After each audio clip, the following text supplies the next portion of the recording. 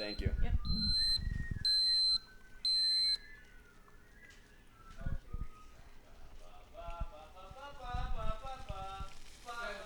Hi, I say this is the morning podcast with Jacob and Ethan. This is hell.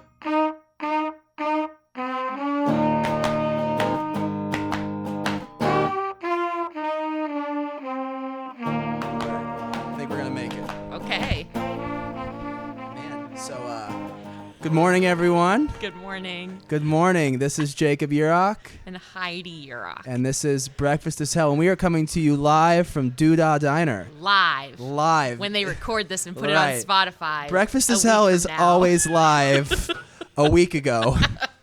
It's always live at some point. Right. At some point, it really happened. This is not fake podcast. This is not the New York You Times. couldn't fake this. Not the New York Times. Not the New York Times. Did you hear about the New York Times caliphate thing? No. So I listened to this podcast back in like 2018, but basically they had this whole podcast about like this supposed guy who escaped from ISIS, and he had he said he went to Syria and he hadn't actually gone to Syria.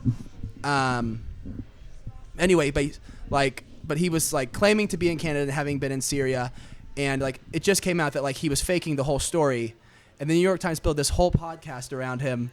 How many episodes did they have of this? Oh, that's like 8, but it was like the most popular podcast in the country that year. Ooh. And basically she could have found out that it was fake, like if she had just done a little bit more reporting. But it was like she ignored all the warning signs that it was fake. No. Not a good look for the New York Times. So we're. Oh. I'm so sorry. I'm already here at Doodah. Who's coming? Who is it? It was the front desk lady. Oh. I was You like, have to- you do we have like- a surprise? Surprise guest? No. Surprise! Surprise! No. So I'm gonna be leaving, Jacob. This is a blind date. Oh, that would have been such a good idea. That would have been terrible for a Okay. blind date podcast. Well, considering you were 30 minutes late, it would have been a bad first date. I was late. So how do Maybe you, only 20, Heidi, so. why don't you tell the listeners who you are? I am Jacob's first cousin, also a double cousin. Double cousin. If you've listened to earlier podcasts, Ethan Urach has appeared on the show, and he is my brother, my older brother, By blood. by literal By- red or blue or whatever kind of blood you have. Right. We're by blood. However so, it works. Yes. Yes. I don't know what to go into. I live in Wichita. I work. Maybe I shouldn't have said that. My social security number is. La la la. You And can find my you address. can find me nowhere because I'm Yeah. on no social media. Right. Yeah. I like long walks in the park. Do you? Do you And- actually like long walks in the park? Yes, I think I do actually. Okay, but it's a little cold. Right now, I wouldn't Right. prefer that, but You know, when I- it's warm outside, yes. Yeah, parks are nice. Parks are overrated, underrated parks. Yeah. So, yeah, that's me. Do. Do. Yeah. So what have you been itching to tell the listeners of Breakfast to Sell podcast? What's been on your mind, Heidi? Oh my goodness. When you asked me to be on the podcast, I was thinking I need to probably read something about what's going on in the world because I just It's okay. don't know what's Breakfast going is on. hell. It's okay. We don't. I think maybe our listeners could deal with. They don't need another podcast trying to make sense of. Rioting and some Rioting, virus yeah. things and Right.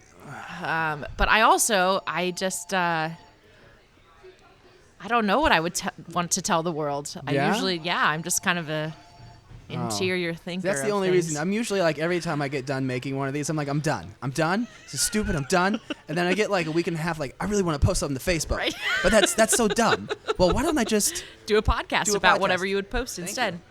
Wow. Hey, Wow. we should pick out what we want Yeah. though, so she doesn't have to wait on us. All right. Thank you. I'm gonna just look at it for a second. Right. So Heidi's gonna give us the play-by-play on the menu. So the biscuits and gravy here at Doodah Diner are amazing. They're very, very good. My dad, the last time we were here, got some kind of tower. He got the Brutus, I think. Brutus. Yeah. Oh, so Huge. you've been here at Post Buffet Doodah Diner before. Yes, I have. Yeah. Okay. I actually So why don't know not that I've just been Jimmy's to buffet. Egg? Why should I do Doodah Instead of when there's no diner? Everything is made from scratch here in the I kitchen. mean, it's good. Doodah Diner is good. It's good. It's good.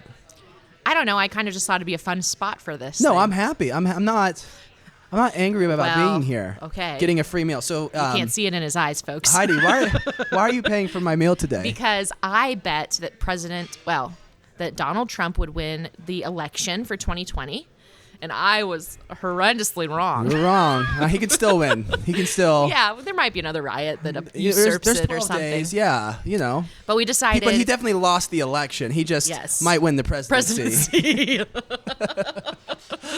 Yeah. So It's a civil war. It's a civil war. Clink, clink, clink. Ooh. I remember reading about there was I think one of Mozart's or one of Beethoven's things came out during the French Revolution. And I remember reading about it and being like, this was the French Revolution. How in the world did they still go to concerts? And, I'm kind of thinking like, oh, I get it. Yeah. Like during even just COVID as an example, like life just keeps going on even if there's something horrible happening. Yeah. Yeah. I was thinking yesterday, I was thinking about my Roth IRA because I was getting some tax documents As ready. one does. Yeah. As one does. And I was like, am I putting money in a Roth IRA for no reason? Should I be just buying goods or land and learning how to survive that way at this point? Or should I be putting money into a Roth IRA expecting to be able to see it Yeah. 50 years from now, 40 years from now, whatever? Yeah, I mean, I am not a registered investment advisor. I have having written. Oh, what has this all been about, Jacob? I wrote if you don't know, you have to pass a certain test to be an investment advisor called the Series 65, and I wrote a textbook for it. So I got to be kind of careful when I start giving investment advice. Just read it. You wrote because the book for it. I wrote a book on it, and I Wow. got to be. If you start giving investment advice and you're not a registered investment advisor and you don't disclaim it, no bueno. No bueno. No bueno. So this is not me. I'm not offering this like as paid. This is not coming from. Folks, he is asking me to slide a $20 bill across the table. He's not saying it, but it's there's a sign. Yeah. This is a quid pro quo. This is a quid pro quo for she gives me breakfast. I give her investment advice. Yes, it has nothing to do with the election. Right. But that was what you had asked first, was that thing. So I'm buying Jacob breakfast because I Yeah. lost. I was supposed to give him a steak dinner, but instead we settled on breakfast Yeah, and breakfast a podcast. and podcast, which is more fun. Yeah, I agree. Yeah. But about a Roth, how do I put this? It's like I wouldn't put. You don't have to put all your eggs in one basket, but it is the best place to start. And I don't know what you're buying. I hope you're not buying individual stocks or mutual funds. No. I would just buy an S&P 500 index fund is what I would do. Well, I don't know how a Roth IRA works exactly, but I do it through a advisor. Right, through a broker. Oh, so they tell you, are you paying for that? Less than 0.03%. Who's your, I use Wealthfront. and what do you own? I don't know. Are they trading exactly. for you? Yeah. Heidi. What? Listeners, if I can offer Isaac recommendations. told me this is what I should do if I don't want to actually keep track of things myself. Listeners, open up a Roth IRA, put your first $10,000 toward your retirement into an S&P index fund, passively managed. I use Vanguard, big Vanguard supporter. Go Vanguard. I'll die for Vanguard, but I won't die for Vanguard. I'll die for some things. I won't die for Yeah, Vanguard. you said you would. But I said I would. I know. But get an S&P index fund. That's all you need, and after that, you can start getting frisky with your money. But I mean, the worst thing is you put in the money, you put in 10,000, you let it set for 50 years, and you probably have to get some other assets once you start getting over 10,000. yeah, so I have. Land, gold. So you would say when you've reached 10,000 investment for your Roth IRA, you should not continue putting money into your Roth I would IRA. say at that point, IRA. I start. Well, and you're only in your 20s. That is true. Yes. Right. So I think once you're in your 30s, maybe you don't go full index fund. Maybe you start getting a little bit of bonds out of that 10,000. Like maybe you start selling a little bit of your stock and buying some bonds. But I think once you start getting over 10,000, I think then you start having a more diverse portfolio where you get maybe some real estate, maybe some gold. I mean, you could do that with that first 10,000, but hopefully eventually you're going to put more into your Roth than just 10,000. And so Because I can max out at this point. I can max out $6,000 a year. Yeah. And that's the trajectory I'm on right now. Right. So yeah, I'm a big fan of like starting off with getting that 10 grand in there while you're still in your 20s, and then just letting that 10 grand go, and then whatever you get on top of that, then you start getting some more diverse allocation. Okay. Because you got 50, 60 years before you're going to need that 10 grand. And you don't want to be putting money in there that you're not going to need. Right. Like, you don't want to put money into the stock market that you may need later. Well, that was Isaac's biggest piece is that, don't put money into this account that you expect to see in 20 or 30. Like, Right. you're not going to see this until you're retired Right. and done. So, Now, I don't do that because I take risk, but I know what risk I'm taking. Like, Yeah.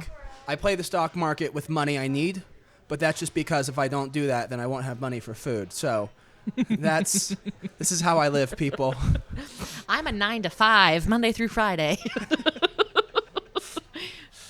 I did my traveling in college, and here we are. Look, there's a certain way you pay for this lifestyle, and it's with risk.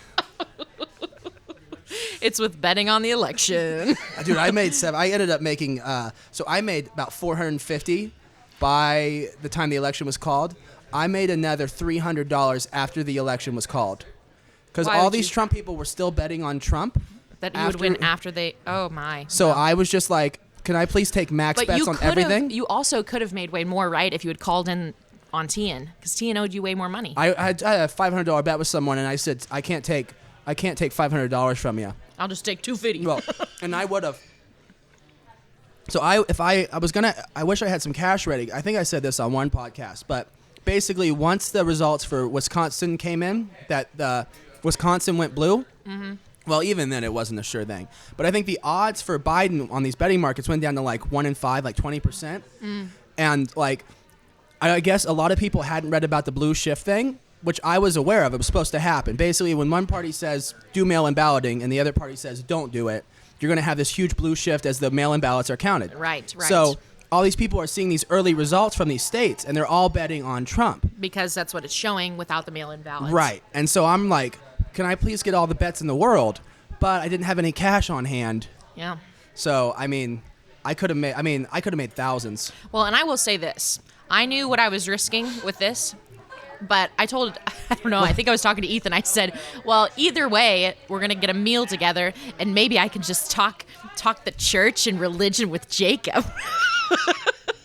Which we don't have to talk about. Let's if you want to talk religion, I'll talk I religion. don't know that I want to. Just tell people. I was like, in the end, it's like, I'm not really losing either way, Right. It's just me paying for a meal or not paying for a meal. Right. Also, I wanted Trump to win.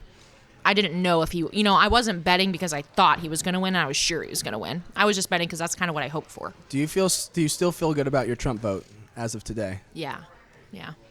Oh, no, I think he's batshit crazy. I think he's the lesser of two evils, so. He's the lesser of two evils. Yes, that's what I would say. Tell me how the other side is more evil. Well, primarily the abortion issue, which, we've talked about a little bit before. You're not sure why people stand and die on that hill. But, and I think that Joe Biden just doesn't really seem like he's all the way there. Oh, yeah, we're ready. All right, what can I get for you? You go first, though. I'll take the pork belly. Scrambled. Can I do the chicken fried steak and eggs? Over medium, but can you box half of the chicken fried steak for me? Just bring me the box, that's fine, yeah. I might not want to do that. Okay, that's fine. And then can I do the biscuit for my bread? That's included in that price, right? Perfect. And then did you want to add hash browns or a side of gravy with biscuit? No, thank you. What comes with the pork belly, by the way? So it's a bit of cheesy Parmesan grits. It's got the 2 slabs of pork belly and then 2 eggs your style on top. Oh man, can I get a biscuit as well? Mm-hmm. All right. Thank you. No, let's do it. Okay. Breakfast is hell. I love. Look, what a great day. It's tense and anxious. I don't want that. I'm not trying to be tense. I'm just trying to have a reasonable discussion. Yes, I that's feel fine. like this is the only time my family feels like they can talk to me about things too. Is when it's going to be publicized. That's funny. Yeah. No, so you felt that abortion. Oh, yeah. And I mean, just everything I watched of Joe Biden, it really looked like Kamala Harris was going to be in the seat of actually making decisions. And I think she's batshit crazy too. But again, like out of all of the characters, I think Mike Pence was the most level-headed human being. So it boiled down to, I think Trump will vote more things pro-life. And I think that Pence is out of those 4 people, Pence is the most reasonable human being. That was my vote. And then I also debated on whether to go third party and vote for someone I would actually like to be president, and decided against that. I felt that my vote wouldn't be worth it in that scenario. Thank you. Yeah, I felt like there's a lot of people that felt that way this year as opposed to 2016. Right. Like 2016, I know a lot of people went third party. Mm-hmm. And, yeah. And then I don't know if they regretted it after, but it just kind of felt like, I don't know. At the time, yeah, I mean, I was not a Hillary fan. I'm still not a Hillary fan. Mm-hmm. I don't know why they ran Hillary. Would you say you're a Biden fan, or would you say you were voting for the lesser of two evils? I was not a Biden fan. I have become more of a Biden fan as time has gone on. Mm-hmm. And I understand that, look, he's an old man. He's an old man. Mm-hmm. And we can deny it all we want, but he's an old man. But I guess even if it's platitudes he's spilling out, they're the platitudes I think we need to hear right now. What's the platitude? I'm sorry. Like, we need to come together. Like, the vision. I'm against division. I want to unite. Sure. Like, even if it's just, I want that to be the headline. Yeah. I don't want the headline to be, election was stolen from me by the evil liberal Dems. We will Yes. fight. You know, I'm just. Tweeted, we should say. They're tweeted. Well, no longer.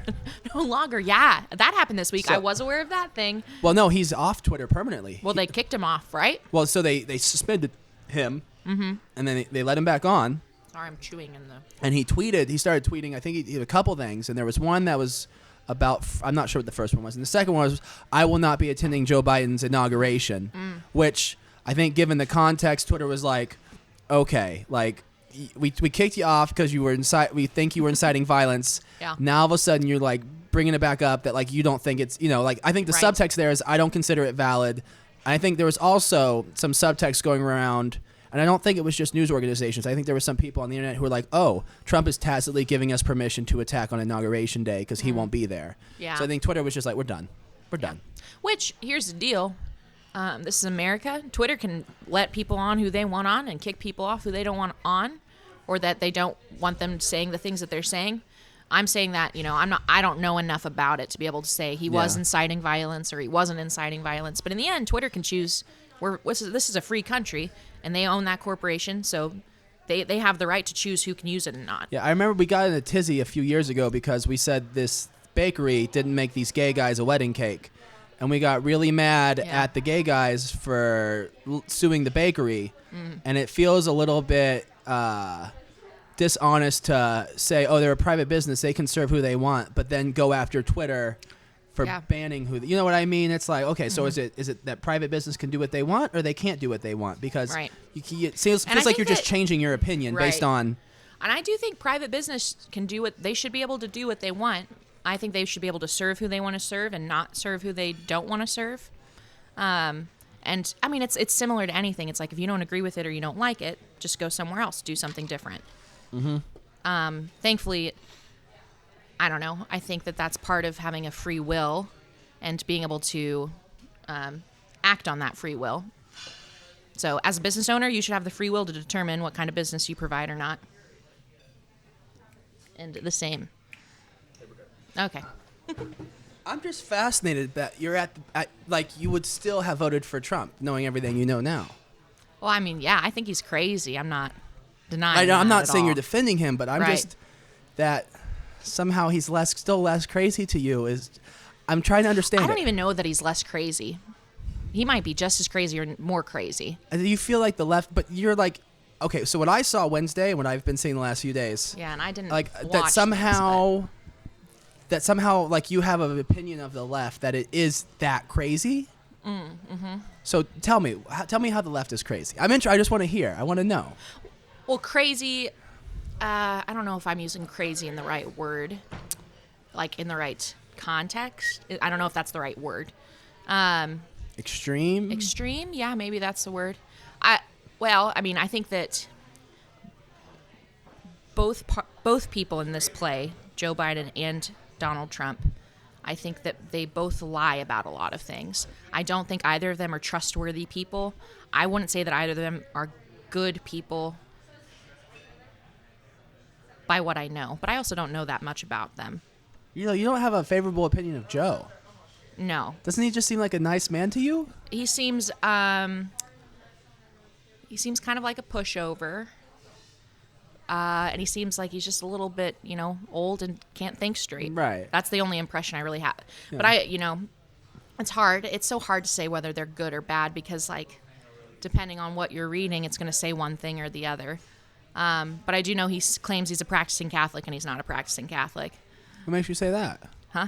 What makes you say that? Because he is pro-choice. So to be a practicing Catholic, that means you believe in the things that the Catholic Church teaches. And if you don't believe in the things the Catholic Church teaches, then you're not Catholic. That's what makes you Catholic, is believing it or not. Cannot? No, I mean, let's get into Okay. I'm not against it. Can't one? How do I put this? Be in favor of legalized abortion, but be against it in one's own private life. Because to me, that seems consistent. It's like not that you would ever do it, but that you're not going to impose your religious view on other people. Right. Well, it's I think it's more than a religious view at stake as part of it, but yeah, you can argue. So let's say there's disagreement over whether a fetus is a human being. Okay. And let's take or divorce that from religious context. Okay. Isn't it fair to say I should not be imposing my opinion that it is a human being on other people who don't? I mean, that kind of logic could be used for anything. So let's say my personal opinion is that I just don't think that life is good for human beings in general. So I should have the right to kill them. Okay? Right, but I don't think is it nearly as obvious in the case of embryo? I think that we've made it murky, but I do think it is obvious. Yeah. Because, we could go on this train of like, when does it start being a human life or not? But in the end, like even now, we're on the trajectory that even if we recognize that it's human life, it's still okay to kill it. Yeah, and by so euthanasia and that sort of thing. The other argument, and I'm a pro euthanasia person, because someone who is a complete, I don't think people who are suicidal or who are depressed should like, oh yeah, you go commit suicide, whatever. But I think that like someone at the end of their life in extreme pain, I think should be able to have that kind of decision. Is like, okay, I've got 2 weeks left, and they're going to be filled with misery and suffering that you know of. Right. You never, but you know what I mean. Like someone in. There's some people in like terminal stages of cancer that can barely breathe. Oh, sure. Yeah. Suffering a lot. Yeah. I guess the other argument is the lesser of two evils thing, right? So you get someone, I mean, and these are not the majority of rapes, but rape, incest, or you get some situations where someone's in like very young or very poor. Yeah. And one could argue that it's the lesser of two evils to have an abortion than to bring the kid into the world. And what do you say to that? It kind of goes back to human life is worth living, whether it's a suffering life or not. Because I would even say, honestly, if your mindset about euthanasia is if a person knows that they're going to be suffering and they don't want to suffer, so they should get to choose, I would say the same for the suicidal person, I think it's the same context that can be used. Life is going to be hard and there's going to be suffering. So, like, I understand why people who don't believe in something after this life that's better, I understand why they don't want to live it and why they don't choose to live it. See, don't you think? I feel like those people are more attached to this life because this is all they get. This is it. Right, but in when it's good, but when it's not going well, when it is dark and horrible and suffering exists, what reason would they have to continue doing it if they can't see the brighter side of it? And in the end, the brighter side of like life getting better, I think it's kind of naive to think life will be better and it'll always be better. Like if that's how you choose to, like, the depressed person chooses to go on because they think it will get better and it's worth living, it's not always going to be the case. Yes, thank you. Oh my goodness. Yeah. Well, this is a podcast, so. Yeah. So we record it and then put it on later on. Only good things to say about Doodah, though. Yeah. And you've been since you're gonna record it, you need to try some of our homemade strawberry jalapeno jam. Yes, All right. please. It's not spicy at all. Okay. Homemade strawberry jalapeno jam. Beautiful. I don't know if I buy that it's not spicy though. If it's got jalapenos in it. Spicy. What are those things called when you insert it and it's like some of the podcasts I listen to, they have like they push that button, and it's the same thing like what you just did. Like some Howard Stern kind of thing, like I don't- the button you press. So whenever you say spicy, that little button comes on and says, like you just did. Spicy. Bob and the douche. That's exactly. That kind of vibe, yeah. Do you have any of those for this podcast yet? I don't. That's not my jam. I will say that it's gone viral, as in, I don't know what viral means exactly, but it's become very popular in my circle. The Breakfast is Hell podcast? The particular Breakfast is Hell podcast where Maggie turned your guys is talking about trains into that little jingle thing. Oh my gosh, it's so funny. For those who don't, that's Breakfast is Hell 4. 4. You want to go back Okay. and listen, Breakfast is Hell 4. And it's very sneakily done. You're just listening, and then all of a sudden there's a beat dropping, and then it's so funny. Yeah. But we play Mexican Trains, which is like a domino game. Have you played it? No, but I can just imagine everyone yelling out, choo choo. Exactly. It's like, get on the train, bucko. Abby and I, golly, every time I'll say choo choo, and she'll go choo choo, mother. She doesn't finish it though, because she's a lady. I like a lady who drops the F-bomb. Okay. Noted No. for all of our listeners. Just the occasional one, or one that uses The it occasional. constantly? Oh, okay. Lets me know there's a dark side. But that dark side isn't prevalent. That's what we like. No, it's prevalent. It's just repressed. Okay, last time I was here, I thought this was like way bigger, this chicken fried steak. It's still very big, but I was like, I don't even want to see it. That's why I asked for it I'm halved. telling you, I got pork belly floating on a sea of grits, and I'm very happy. It looks very good. It does look very good. And their biscuits are so good. I could use some butter, I think, though, for my You want biscuit. some butter? You got butter. Right Oh, I there. do. It's literally right in front of me. I Okay, guess, yeah. So I'm stuck. The abortion thing is a sticky one for me. Euthanasia, 'cause I think there's a difference between someone.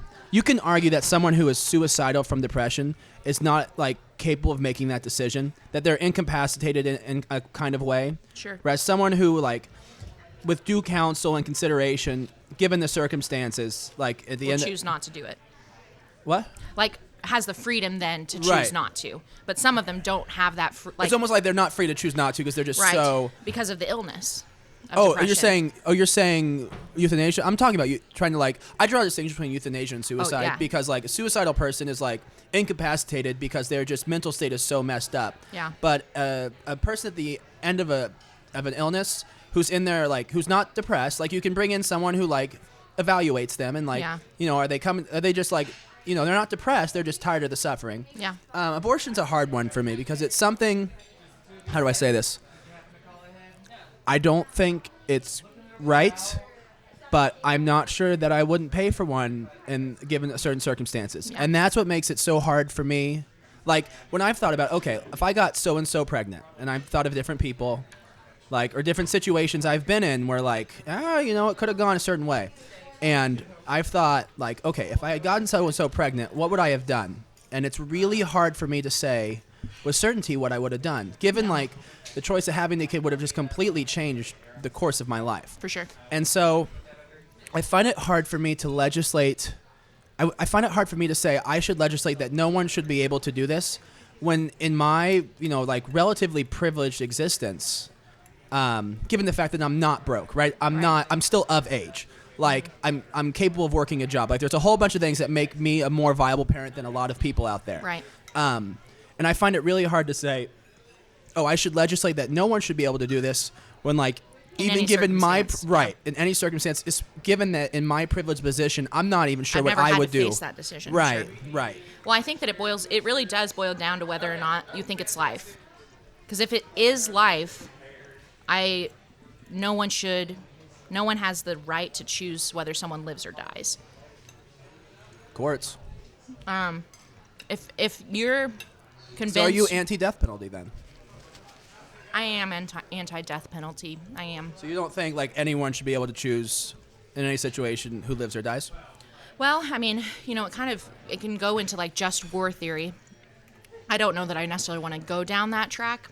You don't want to talk about just war theory at 10 o'clock in the morning. I think it just kind of detracts from our current conversation because what we're focusing in on is, so like the abortion issue, where it's a very particular case. These are, if it's life, then they're innocent. They can't choose for themselves. They're totally right. at I get the mercy. argument against abortion.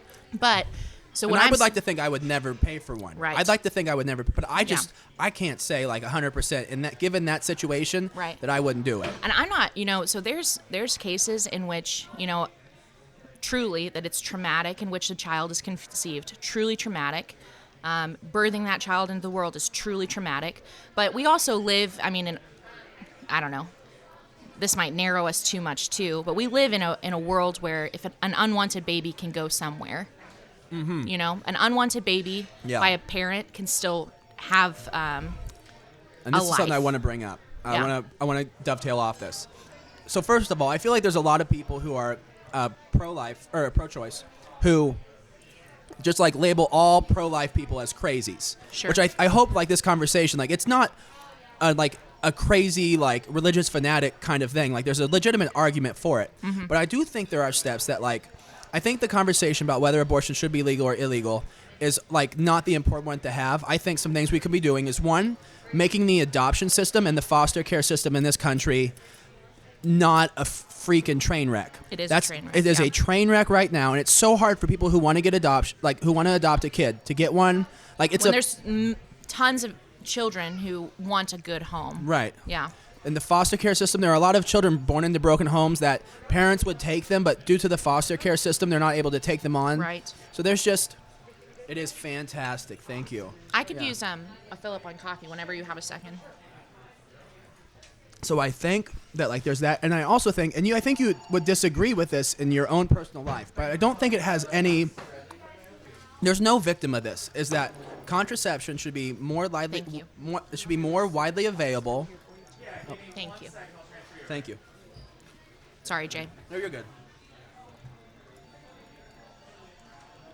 I think contraception should be more widely available, and people should be better educated on it early. And it should not be such like a stigmatized things for people. I would rather have that than more abortions. Sure. I think that like I know that the Catholic Church disagrees with contraception, which also disagrees with premarital sex, whatever.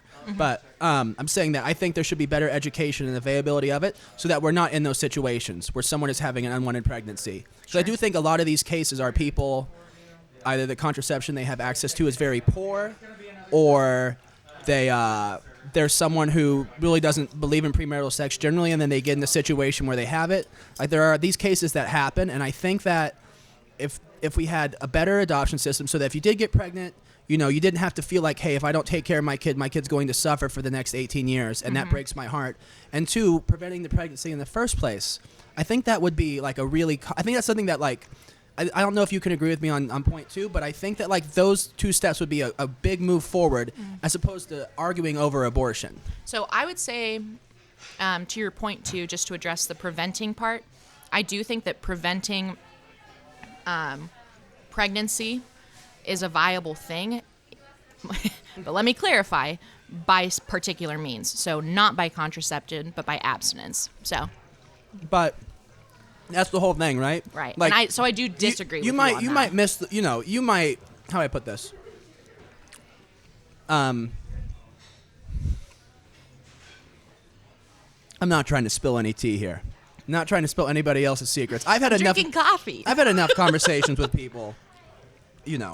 I've had enough interactions and conversations with people where it may be that 999 times out of 1,000 you're not putting yourself in that situation. But for a lot of people, there is that one time in 1,000, and I don't know. I mean, but you can say like, for people who don't have the view of premarital sex, right? I mean, I don't think it harms anybody to like have better access to contraception. Like, even though you personally disagree with it in your own life, it's a victimless aid to ending this problem. If we really want to prevent the sacrifice of human life, like contraception is a victimless means of doing that, even if you disagree with it in your own personal life. Yeah, I wouldn't agree with you there. I think there are victims when there's contraception in use. You gotta, because I just think that's like, I don't buy it. I don't buy it. That's okay. Give me your argument, but I don't want to argue on that one. I think it's, again, kind of derailing from our track a little bit. I think it's very much. I mean, we can drop it, but I think I can get where there's a victim in abortion. I can't get where there's a victim in contraception. Yeah. There's a lot. I mean, there would be a It's lot to it's discuss still sex, in that. even if you're using contraception. It is, yeah. Yeah. Okay. It's still happening. It's not like somehow it's not working. You know. Right. Absolutely, but sex and love are two different things too. So using someone for sex, There is no love. Love runs it. there it is. There it is. Breakfast is hell. I don't want to go talk more about it because it just kind of makes me sad. Really? What? What part of it? Well, it makes me sad knowing that you and I disagree on this. Well, it doesn't make me sad. It's just two people who disagree. But when you believe something truly, passionately, and someone you love disagrees with you, and you don't think it's for their betterment, if you love that person, it'll make you sad to know that's their opinion. How do I put it? What I said, I went on a rant in Breakfast is Hell 6, I think it was, about how everyone needs to wake up, and in the morning, the first thing you should do is you should eat a big bowl of I don't know. And I'm willing to go through my life saying I don't know everything, and I'm willing to enter into conversations and arguments with people and learn and see where my arguments are flawed and where my positions are flawed, and I'm willing to change my opinions over time. So it doesn't make me sad at all to find someone who has a different view than me. Yeah. It just makes me interested. I don't like it when a lot of the times I push these conversations off when we're with the family. Excuse me. Because a Because lot it of gets heated. well, and it's not in good faith. It's not me and someone else having a dialogue. It's them trying to figure out where the weak spot in my argument is so they can take me down. Sure. Which is not like I'm not going to subject myself to getting grilled for 30 minutes. Like that's not a conversation. That's not a dialogue. It's unpleasant. It's unpleasant, and Yeah. it's really unpleasant for me. Yes. Yeah, it's exhausting. But let's say you were very convicted in this argument we're having right now, this discussion we're having right now. I'm pretty convinced about the contraception thing. And you thought that it was a much, this is a wild thing, but you thought, like, for me in my life, I would be happier if I was having more sex and having to think less about the consequences. If you don't worry about it, like it doesn't make me sad at all. It's But- just like it's your choice, it's your life. I don't know what's best for you. I might have an opinion, but I'm willing to say I'm not certain that that's what's best for you. Right. And so it doesn't upset me. But if I'm convicted, so just see this through my lens. Okay. I'm convicted that you would be happier, I don't know, practicing the faith again, living a more austere life. I am a former Catholic. Yes. If that. So let's say, from my view, I'm convicted that would be better for you than the way you live now or have been living. So it's fair then for you to see, like, through my eyes, that I would be disgruntled by this conversation somewhat because I just don't think you're going to be as happy as you could have been or you could be. I appreciate you care about me. I do. But I don't know. Like maybe But that's you're wrong. why, maybe I'm wrong. Okay. And I'm as the Lord and Governor of my own life, which I think every person is. Yeah. I am 100% convinced that Yeah. it's not even about happiness for me. It's a legitimate intellectual conviction that organized religion or anything which necessitates a creed is worthless. It's a legitimate intellectual position. And I do think I'm actually happier for having accepted. I feel like it has also made my life better than before. But that's not really the reason. It wasn't like, I want to justify all these things I'm doing. It really was, hey, I was raised up this. I've read some things. I've read some Catholic thinkers. Aquinas, Aquinas was someone I used to respect. You know, like you grow up and you have an idol, and then like you see them doing coke, and you're like, you're not my idol anymore. Yeah. That's how I feel about Aquinas. Yeah. And so, I just, having gotten deeper into Catholic thought, I was like, I'm not convinced. It really was an intellectual journey more than anything else. Yeah. So, but just to go back to, like, do you understand why it would make me sad? Yeah, I'm not trying to make you sad. I'm sorry you're sad. No, I'm not like, obviously I'm not like heartbroken crying my eyes out. But when you love someone, you just want what's best for them in their life. And if I'm convinced what's best for you in your life, and I'm convinced I'm not of convinced what's better for other people ever in their lives, I guess. And you and I disagree on that, probably. I don't think I know what's best for someone else. Sometimes I think, like, if someone has a goal or something, I think, like, I disagree with the conclusions they're coming to in their arguments. Like, I was fighting with some people over whether the election was stolen last night. Not really fighting, but arguing. And I disagree with people on things like that. And I also sometimes think that, like, sometimes people have a goal they want to achieve, and I have opinions on the best way to achieve that goal. But, like, generally on people's course of life, like, I have nothing against anyone living their life how they see fit. As long as you don't interfere with the freedoms and ability to live the life of other people. That's kind of like a libertarian, a little bit, motto or way, right? Yeah, I mean, it's also like the basis of freedom of speech, right? Is that you can say anything you want as long as it doesn't infringe on someone else's freedom to say anything they want. Sure. That's like the basis of like democracy. Yeah, I would say like 20th century thought on rights centers a lot around the idea that my freedom protects your freedom, right?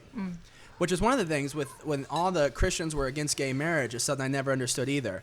Talk about another, like, it doesn't hurt, if you want, they let us marry how we want, let them marry how they want. Who does it hurt? Well, I don't know if we have enough time for another can of worms, though. That's a jumble of Can we go night back crawlers. to the abortion thing? Sure, you have something briefly? you want to say? Yeah, I think that going back to kind of my primary argument of whether or not it's life. So I just wanted to ask a question. If we could all agree that life starts at conception, if we all agreed on that, would abortion still be a viable option in your eyes to people? If we knew that was a real human being? I think you have to take it in the context of are there like adoption options available, or how's the foster system? So I think if you can say, like, I'm bringing this kid into a literal hell. Yeah. Like, I think then there are some circumstances where, I mean, you might have a situation where you have this is awful. Worst case, let's say the worst case. Father case. rapes his daughter. Yeah. Daughter gets pregnant. Yeah. Daughter brings up the kid. Father is raising. Which I'm sure this is a real scenario this somewhere probably in happened someone's somewhere, life. right? And that daughter has to raise again.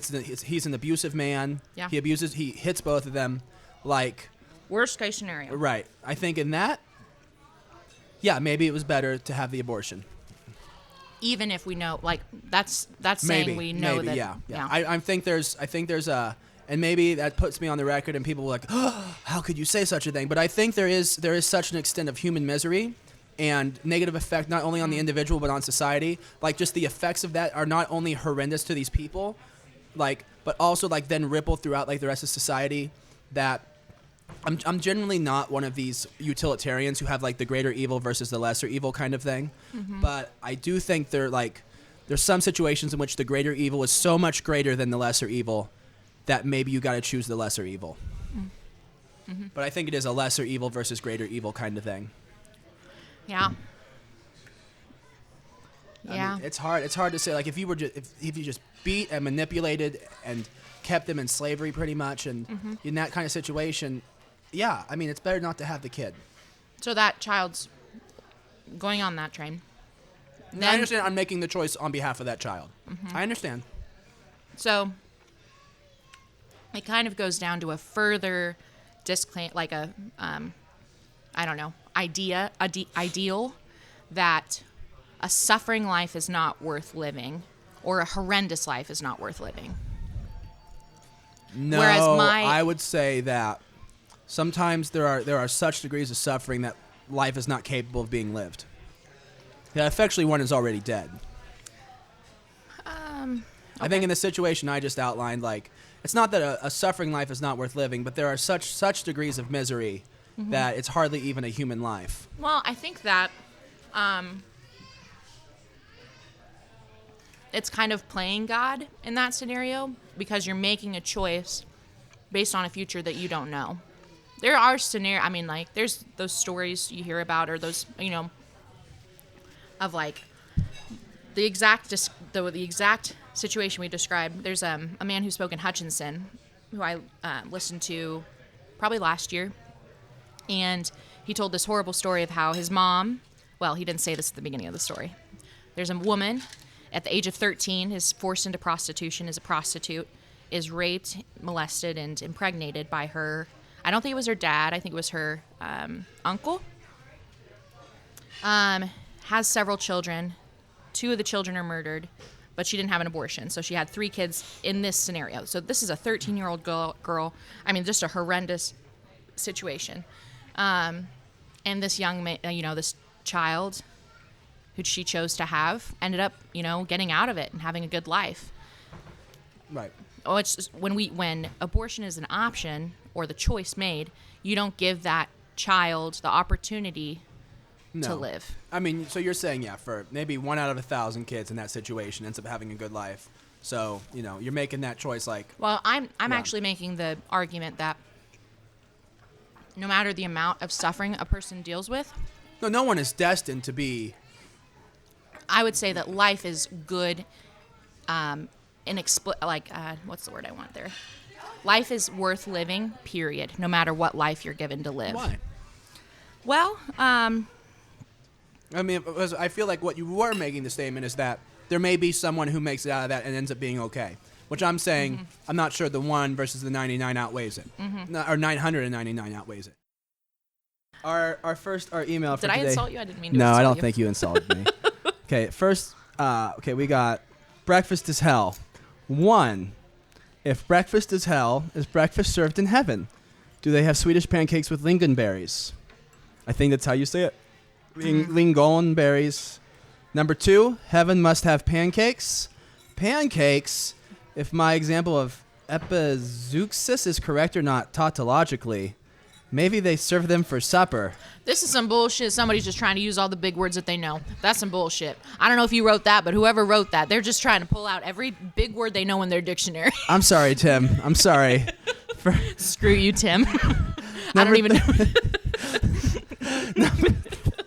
Number 3, what is hell? Is it just fire and big left turn? Is it just fire and brimstone, or is it knowledge without comprehension? For example, the rich man who dies and goes to hell in Luke 16, verses 19 through 31 knows exactly what is going on, but he clearly does not understand why, because he continues to try and boss everyone around, including God. A lot of words. Maybe when we die, we get to know everything, but only those in heaven can understand why. There was a lot of deep thought there, but... And 4, Luther taught that the true hell begins on the day of judgment, and the example of hell in Luke 16 should not be taken literally. So if breakfast is hell, would getting out of bed be like judgment day, because judgment day must come before hell? Some days getting out of bed feels like judgment day. And then at the end of that First world question, props. then at the end, the last question is, how does the Terminator fit into this? Oh, man. Which thread do we even I follow, don't Tim? know. How many emails have you gotten of questions from listeners? I think we need to ask... We need to ask, how does the Terminator fit into this? I really think that's the question that needs answered. I don't know anything about the Terminator. You've never watched any of the Terminators? I've seen clips. Okay.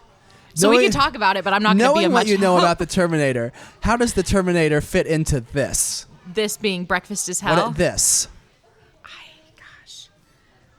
I don't know enough about him. All I know is he's dead, and then he comes back as a guy that's like metal, and he can't die. Because one of the Terminators is called Judgment Day. That's what he's.